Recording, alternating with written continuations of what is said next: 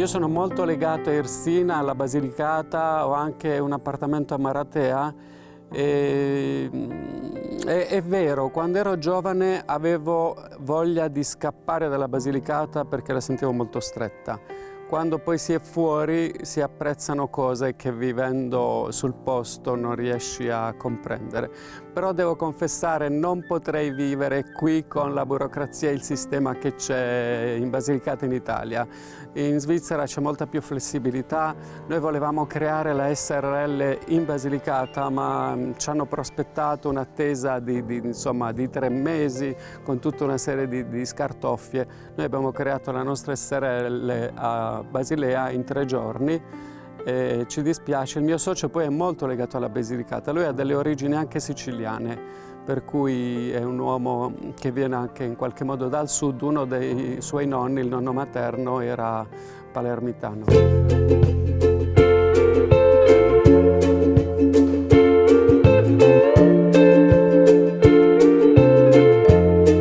La cosa incredibile è che la radice è la stessa, perché viene dal greco basileus, che significa regale, per cui Basilea città regale, Basilicata dove c'erano i Basilei, che erano queste figure appunto regali, per cui per me è stato anche un segno. Poi Basilea, io amo le città che abbiano un rapporto con l'acqua. A Basilea ci passa il Reno che viene dal nord, per cui è una città molto bella, molto vivibile. Più o meno come abitanti sono 250.000 circa. Io sono nato a Irsina nel 1968 a casa, neanche in ospedale. Siamo 3 fratelli, poi ho studiato qui fino al liceo scientifico, mi sono diplomato nell'87, poi sono stato a Roma per gli studi di architettura alla Sapienza, quindi sono diventato architetto, e prima della laurea avevo vinto un master in comunicazione visiva e giornalismo, e quindi ho preso questo master dopo la laurea.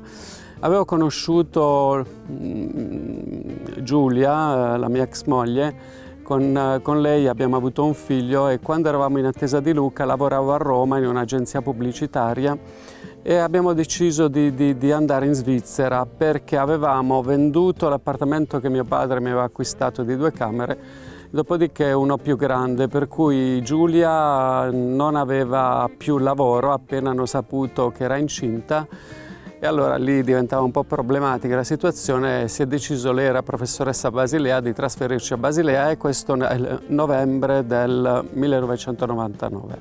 E io lavoro quindi nel campo, nell'editoria, e sono una specie di cerniera tra i layout, e quindi la parte grafica, e i redattori, quindi io controllo i testi, leggo i titoli, naturalmente io per la parte italiana, perché abbiamo 3 redazioni che collaborano, la parte italiana per il Ticino, cioè la Svizzera italiana, la parte francese per la Romandia e la parte tedesca.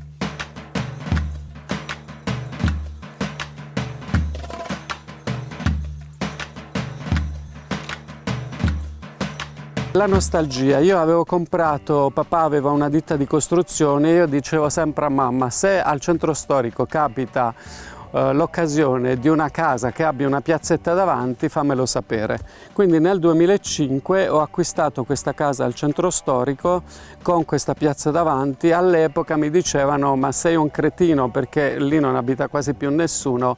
Invece poi è stata una buona scelta, perché negli anni più di 70 famiglie straniere hanno comprato casa, per cui sono tornato acquistando casa. Poi con degli amici abbiamo pensato di comprare un vigneto, però per il vigneto insomma ci vuole tempo, investimenti, lavoro, un enologo.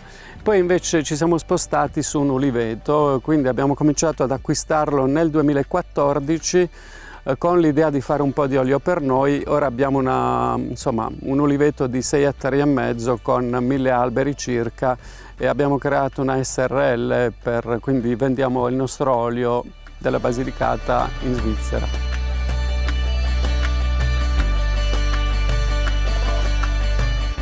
Quest'anno purtroppo non abbiamo molte olive, dopo 5 mesi di siccità, poi c'è stata una tromba d'aria ad agosto, e noi facciamo i biglietti quasi un anno prima. Quest'anno saremo in 14 per la raccolta, di solito eravamo in 6-7, quindi quest'anno, perché poi il passaparola, loro hanno visto le foto, tanti di loro sono tornati, questo è il terzo anno che vengono, perché poi c'è una bella atmosfera durante la raccolta, si sta insieme, si mangia nell'uliveto, facciamo preparare le focacce, per cui è armonioso stare insieme e collaborare insieme. Il nostro progetto sarebbe, ecco, qui si vede, questo è un casale, noi acquistando l'uliveto poi pian piano abbiamo insomma, acquistato anche le varie parti di questo casale.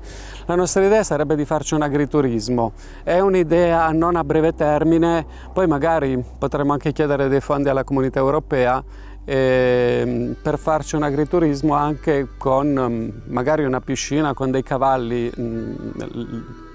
6,5 ettari, abbiamo anche delle parti dove c'era un vigneto che abbiamo estirpato perché era un vigneto quasi selvatico, per cui ci sarebbe la possibilità. Vedremo gli anni futuri se il progetto potrà andare in porto. La Basilicata è una terra che ha tanto da esprimere e magari dovremmo crederci un po' di più noi lucani, però ecco, devo confessare, io vivendo in Svizzera, vivendo altre situazioni, questo mi ha aperto molto la mentalità. Io trovo che quello che è importante, ieri era una veglia di preghiera a Sant'Agostino e il sacerdote diceva: per cambiare le mentalità, una mentalità ci vuole tempo e ci vuole molta pazienza, perché si possono cambiare le cose, ma una mentalità a volte ci vuole anche una, due, diverse generazioni. Vedo, diciamo, in questi anni, io ora ho 56 anni, sono andato via dall'Italia che ne avevo 32, per cui in questi 24-25 anni